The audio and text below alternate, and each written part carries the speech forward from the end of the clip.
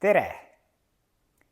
Minult küsitakse sagedasti, kuidas kontrollida pöördlasereid ja liinilasereid, kas nende laseri jooned on ka täpsed.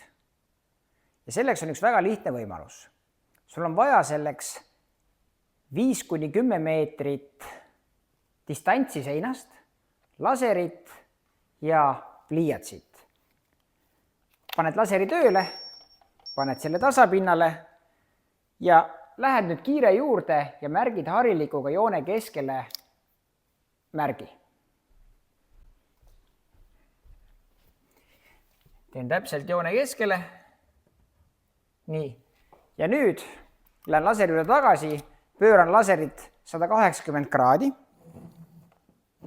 Kuna tasapind on sama, siis ka hariliku tehtud märk ja punane joon peaks olema sama koha peal. Kui on, siis on kõik täpne. Ja tõesti, harilikuga tehtud märge on punase joone keskel, järelikult see laser on täpne ja seda pole vaja remonti saata.